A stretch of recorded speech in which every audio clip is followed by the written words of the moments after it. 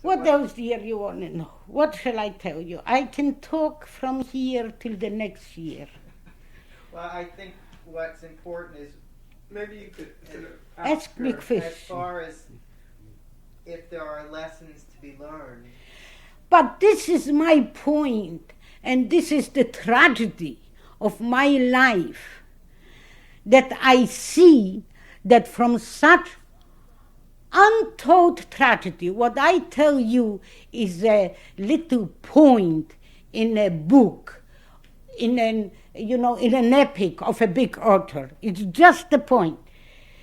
The tragedy is that it was in our times, and we seem and we claim to have a mind and intelligence, and we didn't learn anything. Partially because the layer of these leaders is desperately trying to erase it, and instead, to erase this, and instead to feed us with lies, with heroism and brutality, which we were not part of. The story of the real happenings are the people who know are gagged, and it's not only me, because other, and the people who try to tell the story are imposters. They were at that time in the Soviet Union, and they had, and I am happy for them, and they have no idea what really happened. So with a situation like this, we couldn't learn anything because nothing was told to the people, to the new generation. And we are bound to commit the same mistakes we did, which brought us to this terrible tragedy in burning people alive and killing for no reason whatsoever. So what is the lesson for American Jews, and what's the lesson for Israel? Since they're going to be celebrating the 50th anniversary. Now you're not gagged, so what would you tell them?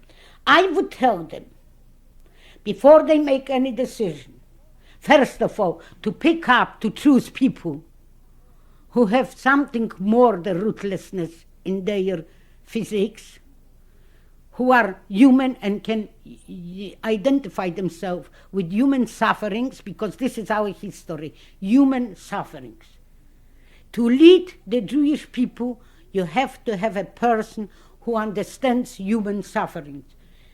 To learn about our life, not from hoodlums, from liars and imposters, but approach people who can tell the story, and from this to learn. We did not learn anything. Okay, so what should they learn? You keep saying, Rabin, Shamir, they all say the same thing as you. They have to learn. How would you do things that differently? Being surrounded by enemies will bring our doomsday, because we are in the minority. Because we went through so much, we have to be susceptible and sensitive to the needs of our neighbors, and the neighbors are Arabs. And without making peace with the Arabs, we will never have peace. And we are, even if we are winning now, if we lose only once, it will bring to the final solution of the Jewish nation, because we are put together, and we have now only two places, United States and Israel, where we amount to something. If the Jews from Israel will perish, the American Jewry will go by itself, will die by itself, and vice versa. And then, above all of it, I am not smart enough to understand why we don't want peace. I just cannot understand it. I cannot understand why Shamir wants supposed to express himself that he can direct the policy which is now maintained in Israel for another 10 years. In other words, he can be at war and be a war criminal and torture the Palestinians for another 10 years. And after the 10 years, we will sit down with them, or they will be like the roaches in a battle. I want to know why. I want to know what stops us to stretch our arms and make peace with people who never hurt us. Now, you cannot give me the example I gave you before of this ocelot or the other animal who grabbed one rabbit.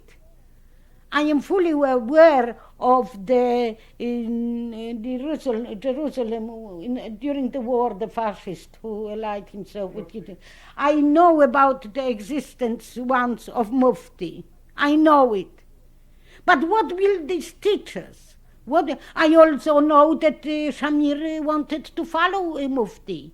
He too wanted to make a kind of agreement with the Germans.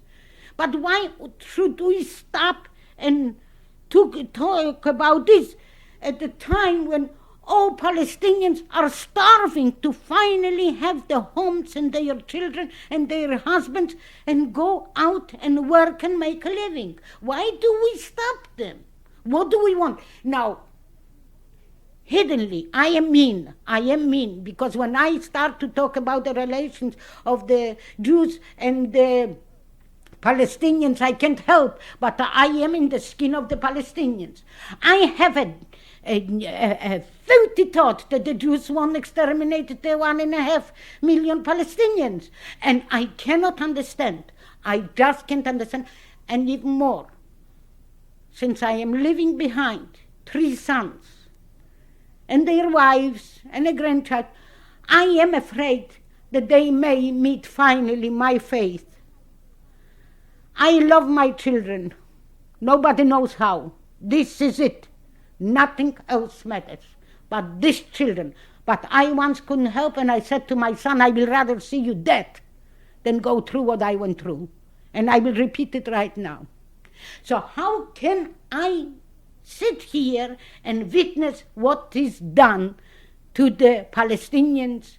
How can I sit here and have in front of my eyes those little children who are placed in the front to go and fight and protest the mistreatment to their people? And frankly, I just cannot understand it.